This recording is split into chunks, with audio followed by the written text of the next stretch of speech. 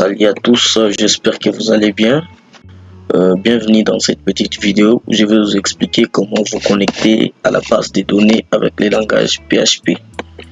Voilà, moi j'utilise Example Server pour me permettre d'avoir la possibilité d'avoir l'interface de PHPMyAdmin. Alors moi je viens ici dans PHPAdmin, j'ai une base de données CSV que j'ai déjà créée. Alors pour me connecter, je vais utiliser le langage PHP. Voilà, ici j'ai un fichier config que j'ai déjà créé. Alors je vais commencer par mettre la structure de PHP. Voilà, et je vais commencer par gérer les exceptions. Voilà, vous allez comprendre avec le temps l'importance des try catch ici, c'est pour gérer les exceptions. Au cas où ça passe et au cas où ça ne passe pas, au lieu que l'application plante, on puisse vous afficher un message au lieu de faire planter le système. Alors ici, je vais créer une variable que je vais appeler con.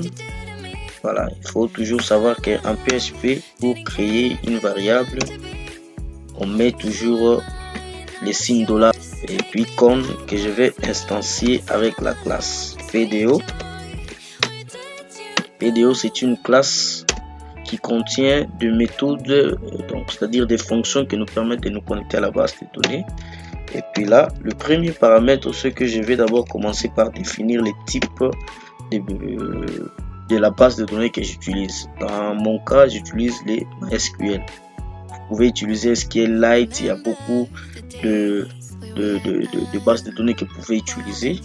Et là, je vais mettre les hosts. Les hosts ici, c'est-à-dire la machine où se trouve la base de données. Donc, moi, je travaille en local, c'est pourquoi j'ai mis hosts. Et je vais mettre local hosts.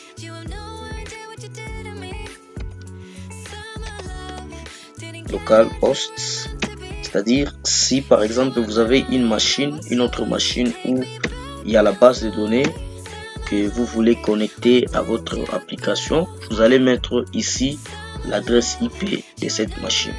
Mais comme ici chez moi c'est en local, c'est pourquoi vous avez remarqué j'ai mis local host. Et après vous devez définir les noms de la base de données. Ici les DBNAME c'est CSV, c'est ça les noms de la base de données. Et après vous allez sortir pour écrire maintenant le mot de passe. Ici par défaut le mot de passe c'est root et je n'ai pas de donc les noms d'utilisateur plutôt par défaut c'est root et puis je n'ai pas le mot de passe. Alors je vais m'arrêter par là et après maintenant ici je vais gérer les exceptions du type PDO. C'est pourquoi je vais mettre PDO exception, PDO exception comme ça, et puis je vais instancier. Voilà, je vais mettre et comme ça, et ici je vais afficher un message, c'est-à-dire dans les try, dans try ici nous mettons tout ce qui fonctionne, c'est-à-dire ce qui va fonctionner, et dans les catch ici nous mettons les exceptions, c'est-à-dire les erreurs au cas où l'application ne fonctionne pas. Quels sont les messages que nous devons afficher aux utilisateurs. Vous comprenez? Au lieu que l'application puisse planter, ici nous allons utiliser les catch pour gérer les exceptions. C'est ce que je me fais comprendre. Et ici maintenant je vais afficher un message si dans les cas où on ne se connecte pas à la base de données. Je vais écrire par exemple erreur de la connexion à la BD et puis je vais concaténer avec et puis je vais faire get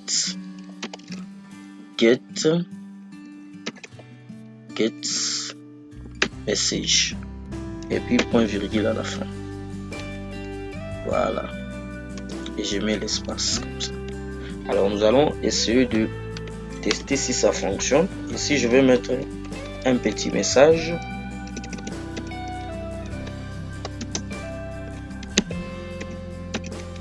Je vais mettre un petit message.